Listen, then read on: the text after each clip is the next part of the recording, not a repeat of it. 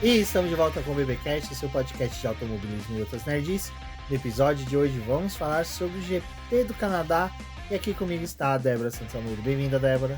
Olá pessoal, sejam bem-vindos a mais um episódio do BBcast. Não sabemos se estamos em Montreal ou em Melbourne. Sempre confundo. Ah, tá. Eu pensei que teve esse daí na transmissão. Não, eu sempre confundo, pra mim é difícil. Eu escrevi umas 3 vezes esse texto. Melbourne. Tá certo. Bom, eu sou o BGP Neto, é um prazer tê-los vocês aqui. Agradeço muito a audiência de vocês. E numa temporada aí que a gente tá tendo os lapsos entre corridas muito grandes, vamos ao GP do Canadá e já essa semana já tem o GP de Mônaco. Não, é na outra ainda. É na outra ainda? Calma. Cara, eu tô falando, tá tendo muito espaço entre os GPs. 15 dias, calma. Foi 20, mas agora é 15. E aí, uma coisa que eu tenho contra essa Fórmula 1 atual, que era uma coisa que o nosso querido e saudoso Bernie Eccleston falava, que não tinha como competir contra a Copa do Mundo. Vai ter GP durante a Copa do Mundo? Eles são malucos, velho. Como assim você vai disputar, se não me engano, Qatar e Uzbequistão? Não tem como, gente. Não tem como. Eu prefiro assistir um Qatar e Curaçao, muito melhor do que assistir GP de Mônaco. Bom, mas como eu ia dizendo... O GP de Mônaco deveria ter se mantido, né, com a Indy. Foi uma indefinição. Se você terminava de assistir a Indy, eu via a largada do GP do Canadá. A gente comenta sobre isso daqui a pouco. Bom, como eu falei, agradecer a todo mundo, em especial nossos apoiadores. Muito obrigado a todos que estão aqui presentes. E, né, Débora, agradecer também a todos aqueles que compram através dos links do Boletim Paddock da Amazon. A quem tem aí os nossos links e continua fazendo suas compras, muito obrigado.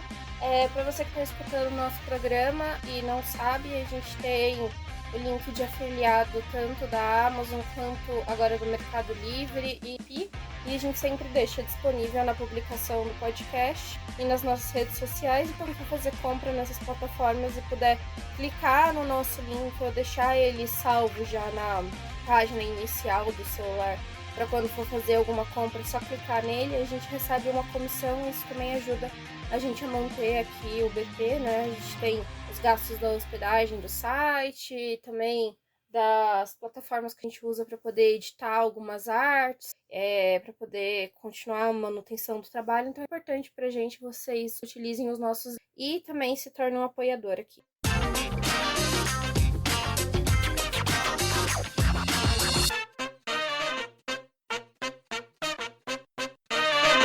Exatamente. Bom, agradecer a todo mundo novamente e agradecer ao nosso querido Zac Brown, que tocou numa ferida que há muito tempo eu critico a Fórmula 1, há muito tempo eu bato que uma mesma marca, uma mesma montadora, uma mesma equipe, uma mesma fabricante de qualquer coisa, não poderia ter duas equipes no grid. É errado, é extremamente errado você ter. Mas, né, como se toda vez que a gente for falar isso, o pessoal vem, mas a Red Bull revelou 385.872 talentos, metade do grid veio deles. Tudo bem, pague pela vaga, mas não tenha duas equipes, né?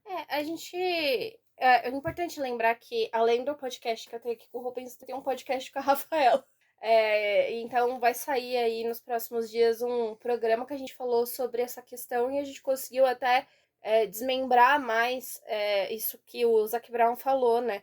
Mas ele fez o favor de mandar uma carta pro Ben Sulayem, falou, olha aqui, ó, tô uma carta para você, para trazer isso para discussão, né? Porque ele não acha que uma equipe deve ter uma outra no grid, né? Elas trabalharem juntas, porque isso acaba ferindo o esporte. Hoje a Fórmula 1 ela já é muito sustentável ao ponto de você não precisar de um time trabalhando por outro.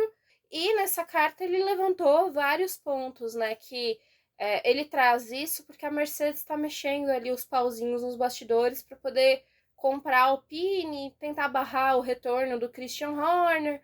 Tem essa intenção. Então eu concordo. Mantenha-se duas equipes, eu não acho ruim. Pode tentar três. Pode, Mercedes pode comprar. Se é pra segurar o Horner no inferno, que segure. Mas ele tá vendo essa movimentação e ele falou que ele não acha justo com quem é independente, quem faz o seu serviço ali sozinho, né, no grid. E ele também trouxe nessa carta alguns outros pontos que são interessantes, que é esse trabalho de uma equipe utilizar de estruturas da outra, como acontece da parceria da Haas com a Ferrari, né? A Haas usa simulador, estava usando mais coisas ali da Ferrari para o seu desenvolvimento. Agora ficou um pouco mais independente da Ferrari, porque tem a Toyota, né? Mas ele também questionou isso. E uma coisa que ele trouxe também nessa carta é a troca de funcionários, porque entre a Red Bull e a Racing Bulls não acontece nada quando eles trocam os funcionários de uma equipe para outra, ele passar por aquele período de quarentena. Ele questionou a mudança do Lohan aqui, que era chefe de equipe na Racing Bulls e subiu para a Red Bull quando o Christian Horner saiu sem ter passado por um período de quarentena. E ele não entende por que alguns funcionários, quando vão mudar de uma equipe para outra, precisam desse período, mas entre equipes irmãs... né? Mas entre equipes distintas, né? Aí é óbvio que isso daí também é uma alfinetada com relação ao Lambiase, né? Porque já tá tendo uma conversa que até o Zac Brown tá querendo a liberação do Lambiase, assim, mais de boa por parte da Red Bull e que eles não fiquem atravancando as coisas, porque de qualquer forma vai chegar um momento ali que o Lambiase não vai mais ter acesso aos projetos da Red Bull, ao que eles vão pensar para os próximos anos. Então, já que ele não vai trabalhar para a Red Bull, libera o moço para poder ir para a McLaren logo de uma vez, né? Eu gosto quando o Zac Brown sai assim da boca do inferno para poder atazanar alguém. Eu gosto. O questionamento dele, essa carta foi pertinente. Eu valorizo essa pessoa. Eu achei de uma finese ele mandar uma carta. Porque a carta, tecnicamente, quem recebe a secretária tem uma aviso de recebimento. Então, ela deve ter assinado ali. Foi notificado. Eu, se fosse ele, tinha comprado uma miniatura Lego da McLaren e mandado a carta dentro. Que daí, quem vai recusar um Lego? Ninguém. Você recusa uma carta, mas o Lego ninguém recusa. Mas esse negócio até o próprio Will Mesquita sempre bateu muito. Que era ridículo ter, e patético. Mas aquela coisa, toda vez que eu ia tocar no assunto, o pessoal vinha, você tá falando isso porque a McLaren e outras não tem, elas que comprem. Só que o negócio é tão pertinente que nessa última semana já começaram a falar, né, que talvez a Red Bull de fato vai vender a Racing em breve. Aí vende pro Christian Horner. Que bosta. Vão continuar trabalhando junto. Inferno. Não, deixa o Christian Horner voltar com a BYD. Eu não quero. Pô, a BYD podia entrar mesmo, né? Não, a BYD podia entrar, mas com o Horner. Não, fornecendo motor pra McLaren. Eu concordo aí com essa tese. Bom, vamos lá. Deixa eu tava aqui só. O próximo tópico é de uma finese também. É de uma elegância. Quando a fofoca chega às partes envolvidas e a fofoca se prolonga o final de semana inteiro. E deixa um climão. Porque falaram que o Ocon era o último GP dele na Haas, né? Queria ser arrastado para fora da equipe, né? Queria ser arrasado. Tinha nomes e datas. Exatamente. Tinha finais. A única diferença é que não combinaram com o Ocon e com a Haas. Ai, gente, eu acho isso muito pertinente, né? Desde o GP de Miami até essa lacuna que teve do GP do Canadá, começaram a falar, não tem o que postar, né, gente? A galera não tem o que produzir. Que o Ocon vai sair da equipe, que tá tudo certo, o Ocon, né, brigou ele com o chefe de equipe, tá já pegando as coisas dele e indo embora. O melhor vai ser chutado 2 vezes por quem? Pelo Jack Dohan. Tirou a vaga do Ocon na Alpine. E tava certo que ia tirar a vaga do Ocon, né, também na Haas. E aí chegou no Canadá, foram conversar com eles, né? E aí, Ocon, tá brigado com o teu chefe de equipe? Como é que é o negócio? Tá com a mala feita? O Ocon ficou tristíssimo. Ele falou, gente, como assim? Eu não vou sair. Eu li essa matéria primeiro que eu comecei a ler a matéria. Botaram o nome do chefe de equipe errado, eu já fiquei com raiva e fechei a matéria, porque na matéria em questão tava escrito Rio... Arianto. Rio de Janeiro. Ele tá se mudando. Porque tem o Ayano Komatsu, que é o chefe de equipe da Haas, tava escrito Rio Komatsu. E ele falou, não. já começou errando o nome do chefe de equipe, então essa fofoca que você está propondo aí nesse site seu não é verdade. Ele fechou a matéria. E aí depois ele falou que ele viveu uma dor de cabeça, né? Porque aí era o agente, né, o empresário dele, tipo, que merda, hein, Ocon? Ficamos sem trabalho, a família do Ocon. Ei, a gente investiu um dinheiro pra você ficar sem vaga. Aí sim, sem conversas, né? Aí o Ocon falou, gente, vocês ficam inventando coisa. E o pior, que disseram que a fofoca começou com um jornalista francês. E esse e até o Aion Komatsu, que é o chefe de equipe da Haas, falou, gente, mas eu não entendo, tipo, vocês que são jornalistas do mesmo país, do cara, vocês não jogam junto porque você começar a falar que ele vai sair da equipe. Quem não conhece a imprensa brasileira. Vai sair da equipe, não vai pra lugar nenhum. Vocês estão querendo foder com a carreira do piloto de vocês, né? Que tá aqui representando. Vocês são doidos? E a fofoca só aumentou, né? Porque o Aion, ele pistolou na coletiva de imprensa. E as fotos dessa coletiva que ele deu... Gente, é muito bom, porque assim, ele sai falando palavrão. Eu acho que foi a hora que o cara resolveu tirar as fotos, que tá todo mundo em choque. Não, é muito bom que a Débora mandou a foto e falou assim... Olha a cara do Rodrigo França. Pra quem não sabe, o Rodrigo França é um jornalista brasileiro que tá cobrindo em loco as etapas da Fórmula 1. Cara, o França tá com uma cara de tipo, fudeu, moçada! Quem fez essa cagada? Quem fez essa cagada?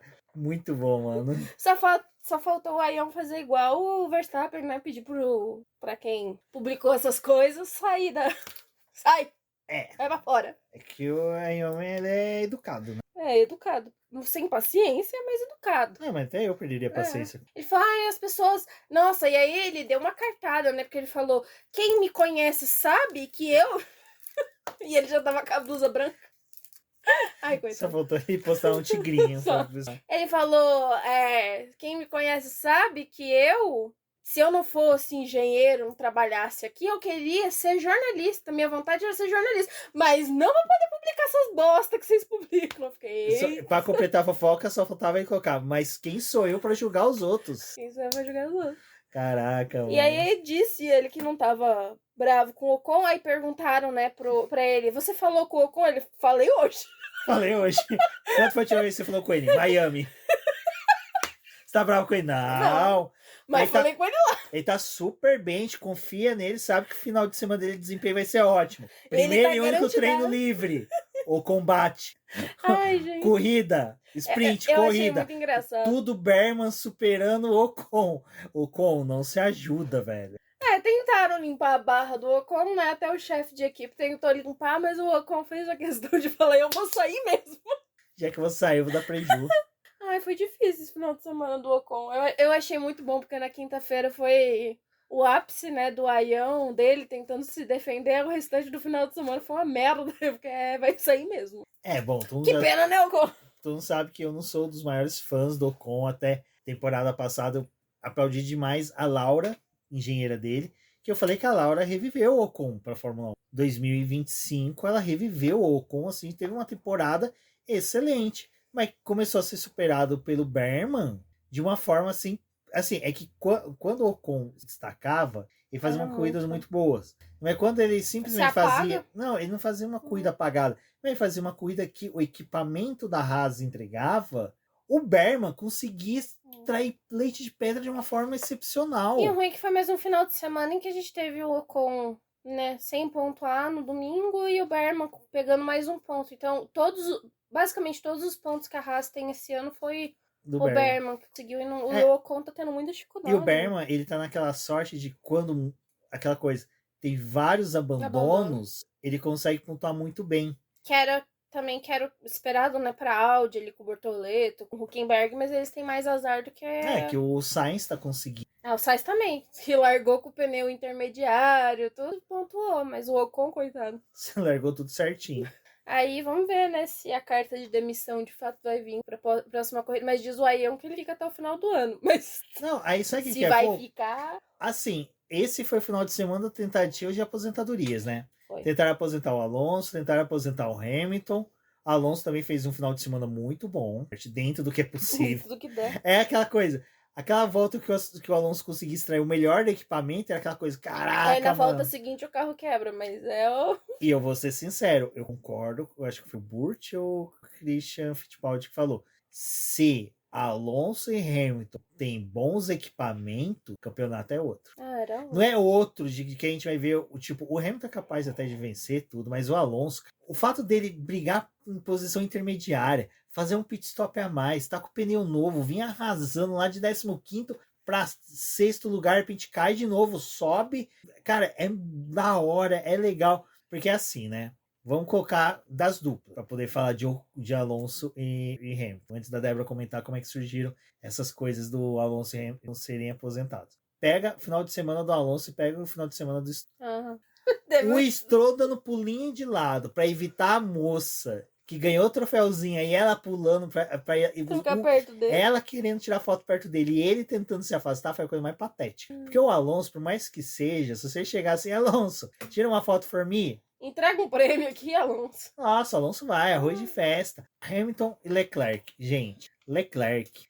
a gente tem que decidir o que faz com ele para ele ser um pouco mais agressivo. Eu acho que compensa ficar no rádio assim, Leclerc. Piloto X roubou Léo, ultrapassa ele, porque tem que ter alguma coisa. Ó, piloto tal chutou Léo no paddock, pra ir ver se fica sangue nos olhos. Não, uma mansidão, uma calmaria. Mas a gente tá até no finais de semana do Hamilton e do Leclerc, porque em Miami o Leclerc tava, estou feliz com o carro e não sei o que, fez o que fez, tentou brigar por pódio, caiu lá pra 8ª posição, foi horrível. E aí foi um final de semana que o Hamilton passou reclamando muito do carro, falando mal do simulador da Ferrari, falando mal de tudo que tinha.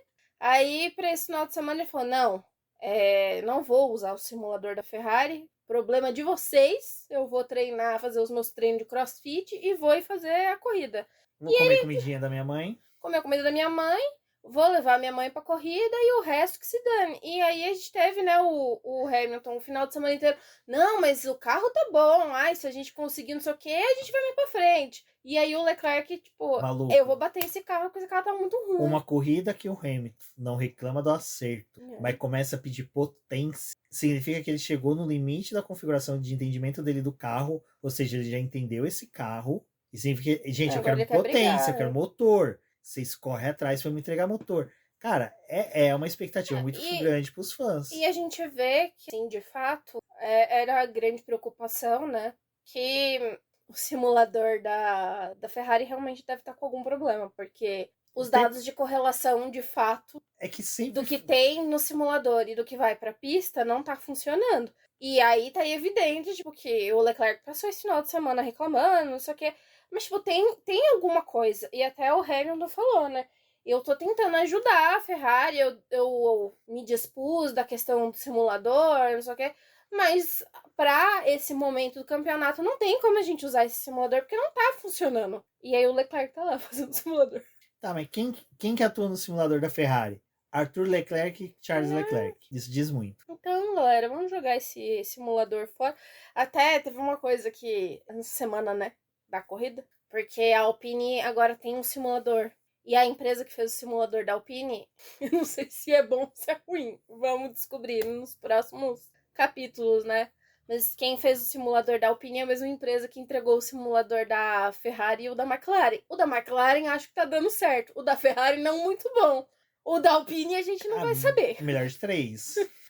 Agora a gente vai descobrir. Aí vocês fiquem atentos, né? Se é uma boa ideia comprar o simulador ou não. Não vou divulgar a marca porque ela não tá pagando nada, mas eu ficaria atenta. Exato. Bom, e agora voltando, Alonso e Hamilton durante as coletivas falaram perguntinhas, né? E aí, vocês vão se aposentar ou não? O Hamilton seguindo a parte da Copa, né? Ele meteu vocês vão ter que me engolir, porque quem tá querendo as minhas aposentadorias aí pessoa sem noção, eu estou aqui para poder entregar, eu vou continuar entregando os incomodados que vai para casa deles, que entendeu? Continue perguntando se ele vai se aposentar sempre, né? Pergunte todo dia. E o Alonso, ele já tinha falado em Miami, gente, que ele não vai se aposentar esse ano, que ele tá tentando ainda arrumar a droga daquele carro. E para de querer aposentar o Alonso, ele não vai se aposentar. Vocês têm que entender que nem o Alonso, nem o Hamilton vai se aposentar quando vocês querem, é quando eles quiserem. O Hamilton, o último que tentou aposentar ele, que foi o Toto Wolff, ele mandou pro caralho. Não, o melhor é que o Alonso falou, né? Lá, acho que foi em Miami mesmo, que eu quero que meu filho veja e entenda que eu tô na Fórmula 1.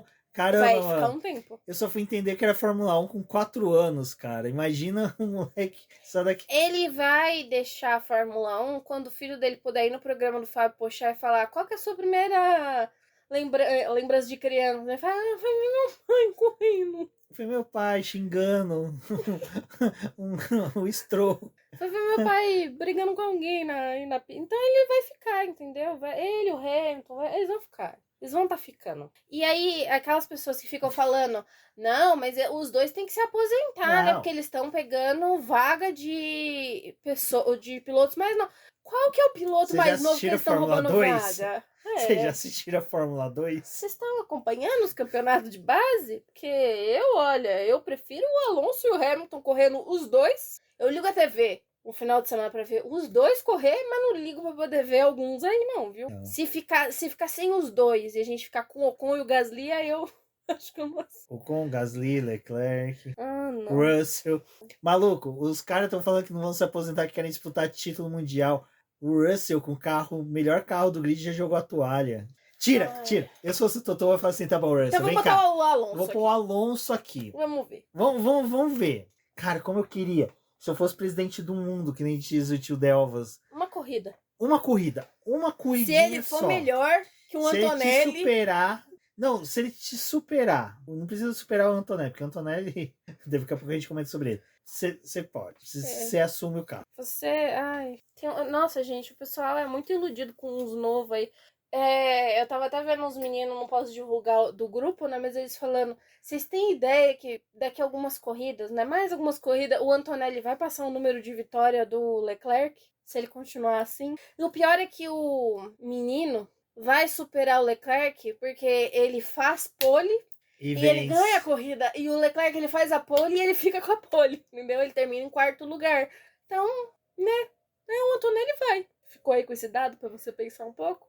Pra mim, eu já tava pasmo do Norris e do Piastri terem superado o Leclerc, né? E os dois disputando título. Bom, a gente já comentou da diferença entre o Hamilton e o Leclerc em semana, né? Os comentários mais péssimos do Leclerc possível. É o 8º lugar ou muro? 8º lugar, porque nem o muro dos campeões evitou ele. Nossa, nenhum muro que... E outra parte que a Débora até colocou, né? Essa sprint no GP do Canadá funcionou. Eu vou ser sério, funcionou. Eu gostei. Foi melhor do que algumas que a gente teve. Foi melhor que a de Miami. Foi bem melhor que a de Miami. E um exemplo que eu sempre dou é que pista para receber sprint tem que ser uma pista travada, tem que ser uma pista que gera dificuldade. É que nem Spa, não rola. Spa a gente já viu que não rola. Agora, Brasil, Áustria, é uma pista legal, que já deu certo. Então, assim, são pistas assim que viram. Eu gostei no Canadá, achei legal.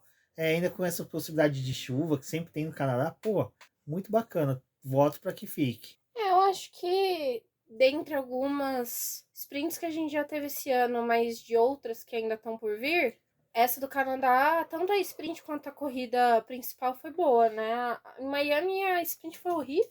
É bom que tem esses lugares que a gente vê que é horrível, que dá pra criticar e cortar já, né? O ruim é o que eu tava falando pro Rubens. Eu sinto que esse ano, com a experiência de calendário que a gente tá tendo, com 2 cancelamentos, com corridas sprints que ficaram basicamente uma atrás da outra, porque a gente teve... A primeira do ano foi na China, depois em Miami, mas a gente não teve Bahrein e Arábia Saudita. E aí agora no Canadá, já tá mostrando pra Fórmula 1 que dá pra fazer igual a MotoGP, enfiar 30 sprints no ano. Isso que me preocupa um pouco, porque eles verem que as equipes conseguem trabalhar nesse cenário de pressão, apesar de ignorar alguns outros fatores, de querer meter essas sprints aí o ano inteiro.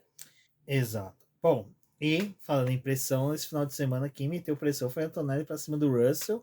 Russell, né, com o psicológico de uma pamonha, porque, desculpa, o cara chegar e jogar a toalha depois da corrida, pô, são 43 pontos? São 43 pontos, mas só que a gente tem cenários aí que já tivemos reversão disso. O Piastri conseguiu reverter para cima do Norris, tudo bem. O Piastri foi de arrasta, mas não, teve. O Verstappen, né? O Verstappen foi 80 pontos que ele tirou do Leclerc em 2022. também quase tomou o título do Norris do ano passado. Exato. Dá pra tirar. Então, assim, não é uma coisa que se espera de um piloto que tá liderando uma equipe como a Mercedes, né? O cara chegar e falar, aí, moçada, acabou pra mim, só vou cumprir tabela, tô tipo Remo no Campeonato Brasileiro, vamos aí, vamos que vamos. Não é o que se 17 espera. corridas, eu tô vindo aqui só pra almoçar. Exato. Agora, foco, gente. Ele tá que nem o PT Copa. Calma, gente, depois da Copa tudo melhora, mas eu não vou pra cima, não. Eu acho que assim, a gente viu uma disputa muito legal, né, entre os dois. Foi aquela coisa de foi uma pena o Russell ter abandonado, porque a corrida do Canadá estava pautada principalmente na disputa dos dois, né? O restante do que aconteceu na pista, mesmo que tenha sido importante, ninguém viu, porque a transmissão ela tá fazendo. Elas botaram o Jaimin lá pra poder mudar, né? Muda aí a hora que você quiser, o que você achar. E Jaimin deixa lá, fica jogando Candy Crush, Tigrinho, sei lá o que, e aí, no final das contas, você não vê mais nada, não tem lance da corrida. Então, o que tinha pra gente ver era a disputa do Russell com o Antonelli, porque era o que tava sendo mostrado, era o que tava acontecendo na pista. Foi uma pena o Russell ter abandonado na volta 30, porque tava uma disputa ali interessante, e na verdade tava todo mundo, de certa forma, torcendo porque os dois bateram. De certa forma, todo mundo queria ver eles baterem, não por ver eles abandonar, mas para poder ver a próxima corrida, porque agora a gente acompanha a Fórmula 1 como uma grande novela. Como é que vai ser? Porque o Antonelli ficou mordido com o Russell no sábado, foi correr no domingo com sangue. Ele até desplugou o rádio ali, falou: Ih, Mercedes tá muito baixo. Nossa, esse caô na corrida foi sensacional. Gente, não tô ouvindo vocês. Não puedo, não entendo. Terminou a corrida, nossa, o rádio voltou, moçada. Aí, Toto. Ele realmente é muito brasileiro, esse menino. De italiano, ele tá muito brasileiro. Mas eu tuitei sobre isso, né? Muitos pilotos se arrependeram de ter feito o que o Antonelli fez. Pegou um livro de invocação de espíritos, foi no cemitério do Senna, lá que o Senna tá. Eu falo cemitério do Senna como se o Senna fosse o dono do cemitério, né? Não, mas você tá enterrado lá. E fez a invocação do espírito do Senna. Incorporou, tá seguindo. Eu acho que é aquela coisa, né? Torço pra quem não passa aí no bate-folha pra não sair encosto do Senna pra cima do Antonelli, porque o moleque tá mordido, o moleque tá correndo demais. Nossa, achei sensacional que a Débora não era muito fã dele. Gostava dele, mas não era fã. Mas na hora que ela viu esse final de semana do jeito aguerrido dele, do Totofi, o primeiro bônus, né? Foca na corrida. Focar na corrida, caramba! Esse moleque me jogou pra fora. Eu quero vou socar. Na cadeia. Você na cadeia, assassino! Ele tava tipo, parecendo a turma do Chaves. Seu ladrãozinho de posição. E aí entra o Toto Wolff, calma, cacete! Eu vou dar um tapa em você. E aí o Toto, vamos conversar em casa. A hora que você voltar a gente conversa. Eu ando, né? Conversar o caramba! Não, e o Antonelli, ele tava muito pedindo, não, né? Ele tava pedindo o VAR, ele tava falando pros comissários, o VAR! Ele quase que entrava na reta e fazia o quadradinho do VAR, né? Puta que pariu, cara, seria muito épico se um piloto saísse do carro, fazesse o VAR, mano. Ai, eu tô fila dos boxes, pelo amor de Deus, que ninguém puna. Não vamos punir o Russell, não. O Antonelli é incrível. Pra mim, olha, esse final de semana ele provou que ele era italiano. Não, demais. Brasileiro também. O Antonelli só faltava passar pelos boxes, fazer a mãozinha, maque. Ele tava quase entrando no rádio falando: Você, Toto, um chefe de equipe de merda, eu quero o Alan McNish pra ir lá na torre. Nossa, se... o ruim que você é na torre pra um piloto que não é seu, né? Que é seu, né? Eu quero o Alan McNish me defendendo. Eu não me sinto defendido. O Antonelli tava quase tipo o Vitor Corleone. Você vem na minha casa, não mostra respeito. Ai, o Antonelli tava muito Caraca, eu dei um gato pro Antonelli pra ele ficar sentado dentro do cockpit, igual o Vitor Corleone. Não, e aí acabou a corrida, né? Eu acho que o Totó ficou morrendo de medo daquela entrevista ali, ele chamar o Russell de tudo quanto é nome, né? Ele até foi polido, falou que o Russell tava errado. Mas, não sei o quê. Aí depois, tudo isso pra o quê? Pro Russell ir lá pra coletiva de imprensa e tornar um negócio um climão. Chamar o moleque de basicamente criança. A criança te superou em 43 pontos, bobão. E o Antonelli, assim, ele tava naquela coletiva fazendo as minhas caras, virando o olho pro Russell. Bem italiano. Eu senti que era meu filho. Ali eu falei, pode vir. Eu agora sou fã do Antonelli. Tem até blusinha da Mercedes. Eu falei agora pra Débora, se fosse a Ferrari, não, olhava não, assim e não. falava assim, Totó, você não quer ter dor de cabeça, porque você é um bundão. Você não gosta de ter dor de cabeça com 2 pilotos bons. Fica com o Leclerc, me dá o Antonelli, que daí ele e o Hamilton já se ornam, os dois já se gostam. Da match aqui, ó, já pensou? Antonelli e Lewis Hamilton na Ferrari, Antonelli vencendo no GP da Itália, trocando Fratelli de Itália, depois Fratelli de Itália. Aí eu pergunto, trocaria o hino inteiro de uma vez, né? É só uma vez. Não só uma, teria que ser 2 vezes, mas toca ele inteiro, né? Deveria. Caralho, eu acho sensacional que esse ano, mais uma vez, a Itália não foi pra Copa, e os italianos devem estar acompanhando a Fórmula 1 de uma forma, assim, os caras devem estar subindo no lustre, porque, pô... Eu tô acompanhando tanto a Itália agora que eu estou postando uma foto do Antônio. Não, é o Antonelli vencendo, é o Lewis Hamilton indo para pódio. E assim, tudo bem, essa que é a minha crítica com o Leclerc. O Leclerc vai para pódio, vai. Mas sabe aquela coisa que você tá assistindo com ele, pensa assim, o Leclerc foi pro pódio? Tipo, ele brotou lá.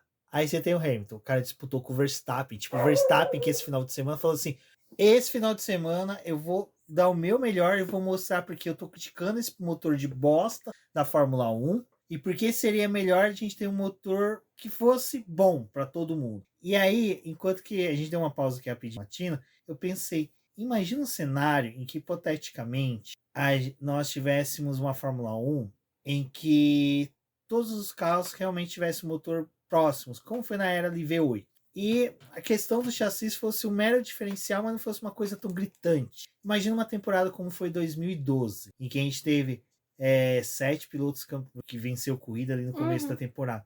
Imagina hipoteticamente um cenário de uma categoria dessa: Alonso, Hamilton, Verstappen, Norris, Piastri, Sainz, e que a gente pudesse ter uma competitividade muito próxima e que fosse realmente o diferencial ali, o talento dos pilotos. Cara, seria uma temporada muito boa. Seria uma temporada muito legal. Tudo bem que em 2012 também a gente tem uma leve iludida de que foram tantos vencedores, foi uma temporada legal, excepcional. Mas assim, o que eu falo é que sim, com possibilidade de pilotos ganhando próximo de posição. É que a gente tá tendo umas corridas boas esse ano, mas também muito por causa de alguns quesitos do motor que não tá tão legal assim. E ainda tá tendo uma distância das equipes pra Mercedes. Assim. Não, a vantagem é que pode tá ter uma vitória numa sprint, mas você não consegue ver isso muito. O que tá acontecendo esse ano é legal comparado ao que foi na época do Verstappen. Sim. Em que ele disparava lá pra frente e o Pérez ficava pra trás. E esse ano, pelo menos assim, o Russell dispara na frente, mas o Antonelli tá no encalço dele. Na verdade, o Russell não dispara. Não, é mal de falar.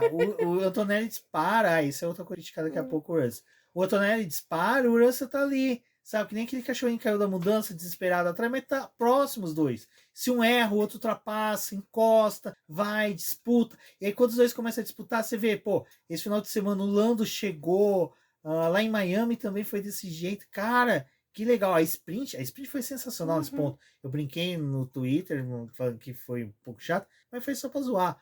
Mas assim, cara, que da hora, os dois disputando, o Lando chegou, começou a participar da disputa, o Hamilton ali navegando, brigando por disposição. Cara, que legal. Então, assim, pô, aí é por isso que eu falo, pô, seria muito legal se o Alonso estivesse mais pra frente, o Berman também, que é um piloto muito bom. O Lindman, cara, não é que tá mandando bem pra caramba. O Hadjar tomou 15 punições durante a corrida e mesmo assim tava lá aguerrido, disputando posição. Pô, que legal, cara. Assim, eu acho bem bacana quando você tem um campeonato assim. O Bortoleto merecia que a Audi acertasse o carro. Então, cara, eu gostei desse regulamento atual. Mas eu acho que a questão do chassi tá bom, tá definido bem. Essa questão ainda é o motor. Acho que nessa parte do motor, né? É uma das coisas que também não dá pra poder passar batido no episódio. Mas o Verstappen teve mais um chique aí esse final de semana falando que se a Fórmula 1 não conseguir implementar o que de fato foi falado ali depois de Miami, das mudanças para 2027, de mudar o equilíbrio do motor de ser, né, 60% combustão e 40% elétrico, ele vai vazar da categoria porque esse motor do jeito que tá, ele não quer. E foi um final de semana que ele passou, assim, por mais que ele tenha o terceiro lugar, né, na corrida principal, ele passou o final de semana xingando muito o carro, falando que o pé dele tava saindo toda hora do pedal, que o carro tava pulando muito, que eles estavam tendo dificuldade na configuração do carro. Então, ele até deu uma declaração no sábado falando que a FIA precisa ser incisiva nas montadoras e nessa questão do motor para poder ter a mudança para 2027, porque se continuar desse jeito, ele vai sair da categoria porque ele não quer passar por mais um ano de dificuldade com o que está acontecendo ali com a Red Bull. Só que aquela coisa que a gente até falou em live, né? Quando a Fórmula 1, a banda tava tocando a favor do Verstappen, ele tava tranquilo. Dava o chilique dele às vezes falando que ia sair da categoria, mas porque ele falava, eu não ligo pra essa quantidade de títulos, não sei o que, a gente sabe que é mentira. E agora que a banda tá tocando pro outro lado, né, e ele não tá muito satisfeito, mas também vai ter que sentar e desenvolver esse carro, meu querido, o que fazer?